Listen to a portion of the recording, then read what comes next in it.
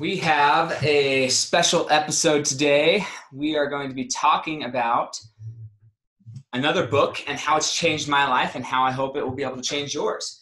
But we wanted to first just invite you to please, if you get a chance to go on and comment, share this podcast or Facebook live video with your friends, make sure that other people have the opportunity to really get exposed to this information. I've had more and more comments coming in, really from across the world, of the value that it's adding to people's lives and that it's been able to help them. I would really love some of those comments online so that I could shout you out and give you guys credit for all the help you're giving to me and also to your friends, because as you share this, more people are able to hear it and more people are able to get on their path to building their legacy.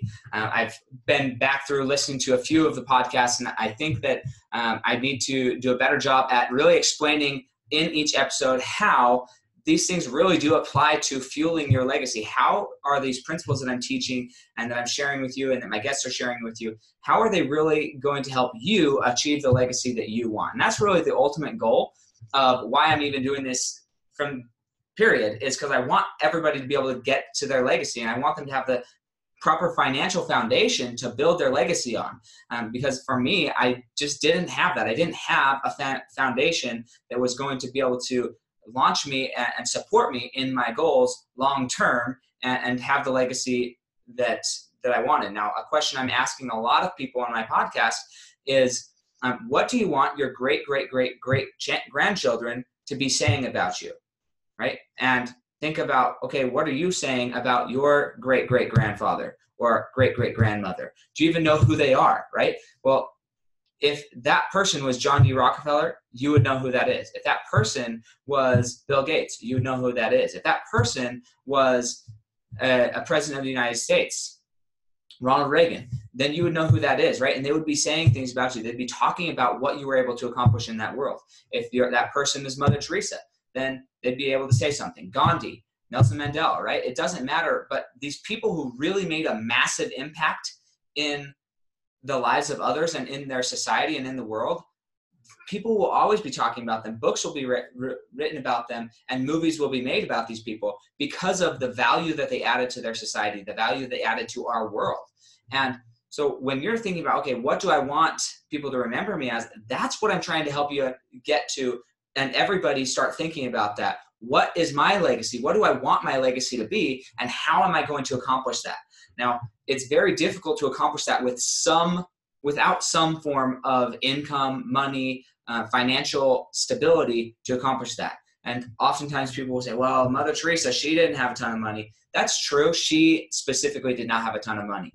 But people funded her desires. People funded her legacy. Even though she herself chose to remain not super financially wealthy, she was a force for good, and other people believed in her cause, believed in what she was about, and they added their money to the movement. Okay, so what is the movement? What's the legacy that you're creating right now, and how are you able to accomplish that? And so that's really what we are focused on and what we're trying to accomplish here. And so today, when we're going to be talking about, again, self-worth, worthiness, and do we feel worthy to actually go and accomplish and achieve our legacy? And if not, why not? And how can we change our mindset up here to actually believe and start inviting other people into our belief of, hey, this is possible and we can actually accomplish our goals. Okay, so today we're going to talk about one of the initial books that I read after my kind of enlightenment of recognizing, wow, I don't feel worthy, and that's what's been holding me back from my success. The next step was, well, how am I going to change this, right? I've mentioned that I changed by changing my business plan or my self-affirmations and saying to myself that I was worthy of leadership, that I was worthy of being a husband, I was worthy of being a son, I was worthy of being a father, right? So I changed my mind and I started saying to myself what I was worthy of, and I still do that today. But another thing that was really helpful was this book by Bob Proctor. And you can either get it in a book form or you get it in an audio program form where you can kind of be a fly on the wall, I guess you could say, to one of his Born Rich seminars. And it's a pretty long series, maybe 12, 14 hours of a series. But the idea of you being born rich is so important, because it's basically helping you realize you have intrinsic value. You have unique experiences to you that you can share with others. Now, one of the things that's very common in my career is I need to talk to a lot of people, as many people as possible, in any way possible that I can. And what held me back from doing that and feeling unworthy to just enter a conversation with somebody I felt was on a higher social class than myself was I didn't feel like I would have anything of value to add to this conversation. And so in this book, Bob Proctor has you walk through this exercise and identifying, are you even comfortable being with yourself? Right? A lot of people, when they're driving in the car, they have the music on, because if they were to turn off the music and be driving in dead silence, they'd have to be with themselves. They're constantly on their phones. They're constantly talking to other people. They're out with friends. They're doing something to distract themselves from being with themselves. Because a lot of people don't want to be with themselves. They don't even know themselves, which is crazy.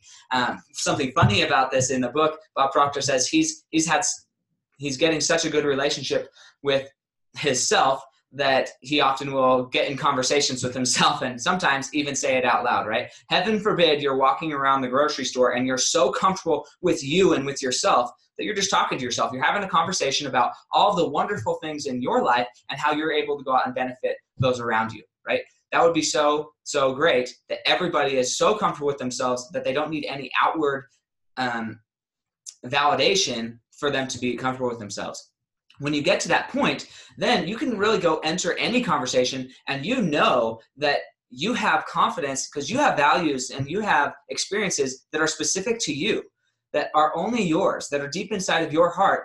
And because of those experiences, nobody else has had those experiences. It doesn't matter their money. It doesn't matter their situation. Nobody, even growing up in the same house, had those same experiences. I have 11 siblings in my family, and I promise you, all of us came out of our childhood with a completely different experience. This is a few stories that line up and we're like, yeah, I kind of remember that. I kind of remember that. But in a lot of cases, we all even remember the same story, the same experience really differently because of how we internalized it, how we experienced it. And those experiences are very personal and they're real for you. And being willing to share those and bless the lives of others with your experiences, your perspective, that's so important. And it should never be downplayed. So have confidence that you can talk to anyone and you can have something of value to add because your experiences are yours. And so that's huge when you're building your legacy and when you're thinking, what do I want my legacy to be? Whatever that ends up being, get comfortable with yourself. Be confident that you in and of yourself have value and you don't mind being by yourself and conversing with yourself and getting to know yourself. So that was one thing that was really, really valuable out of this. Another thing that really helped me understand just health in general. He kind of goes into a little bit of health aspect of our bodies, but thinking, what does disease stand for, right? It's dis-ease. If you separate the word, it's dis-ease, right? And so many people who don't like themselves, who aren't comfortable with themselves, who are always having outside information coming into themselves, they are often the people that you find that are sick. They always have a cold. They've always got a headache. They're always tired.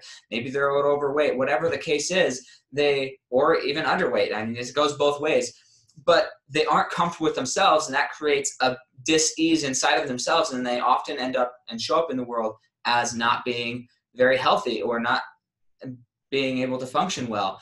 And so internal happiness, when we get comfortable with ourselves and we really know that inside of ourselves we're able to grow, then that internal happiness then is able to just naturally give us better health. I know multiple people who, as they've got their mind straight and decided that they were going to be in love with themselves, right? They were going to love themselves and treat themselves kind and fairly, just mentally. They were going to talk to themselves nicer. Legitimately, they've lost weight almost like immediately because they are no longer stressed about X, Y, or Z. And so that stress weight is just gone. People have lost up to 50 pounds just by thinking more positively. And you might think, well, that's hogwash. I don't believe that. Hey, I didn't believe it either when I first heard it. And I don't blame anybody for not believing it necessarily. But I would say, look at your results. Look at what your life currently looks like. And if you're not satisfied with it, just try believing what I believe, right? It may work, it may not, but what you're already doing isn't working anyways, why not try adopting some new beliefs and see if those work out better for you? And if they don't, and you tried it, then I'm not going to tell you you're a liar or anything. I just think if you haven't tried it, don't knock until you try it. And so that's a very, very important thing. And then the last thing that I want to mention about this book, there's a ton more in there, and really everybody needs to go listen to the audio program or read the book. But that is that successful people in life, they are persistent. Once they set their mind on something and that they're going to do it, they continue to do it. They don't ever stop. They're absolutely obsessed with accomplishing this goal, and they have dogged persistence in accomplishing their objectives. And so that's one thing I would suggest for you. Whatever your legacy is, whatever you want that to be doggedly persistent about it. Make sure that everybody in your life knows what you're going after, when you're going to have it, and why it's important to you. And if they want to be part of your vision, part of your dream, invite them in. If they don't, maybe separate yourself from them a little bit so they're not holding you back. And then once you are successful, it's my belief and my conviction that when you are successful, they will say that they always believed in you, they knew that you could do it, and they're extremely happy for you and your success. And if it's financial success, they likely will want a part of that financial success, and they won't mind you being able to spend money on them at all. In my experience, that's the case, but I guess it could be wrong. I'm willing to be wrong. I have no need to be right. All I can say is that these are my experiences, and take them for what they're worth. And I hope that they add value to your life. So again, if this resonates with you and if you feel like there's value here, please share this with other people so that this message can get out that you are of intrinsic worth, you have worth. There's books and tons of audio programs to help you recognize that. Everybody needs to hear it a different way. I've listened to hundreds of books at this point, and legitimately every time I listen to a new book, some of them resonate with me, some of them don't. The ones that don't, I kind of just discard. I'm like, hey, that was an okay book. But the ones that really help me, I'm an evangelist for them, man. I think everybody needs to read certain books. And if you want to know more about what those books are, keep listening, because I'm doing a book review every week. Or also I'm going to have a page posted pretty soon here of my top 50 books that I think everybody should read. And you could start tackling those and knock those out. But have a great day. And again, please remember to review, rank, and leave a 5-star review on the podcast. And then also on Facebook, if you can just like, comment, and share, then that would help the message get out, and we would be very much appreciative. Thanks.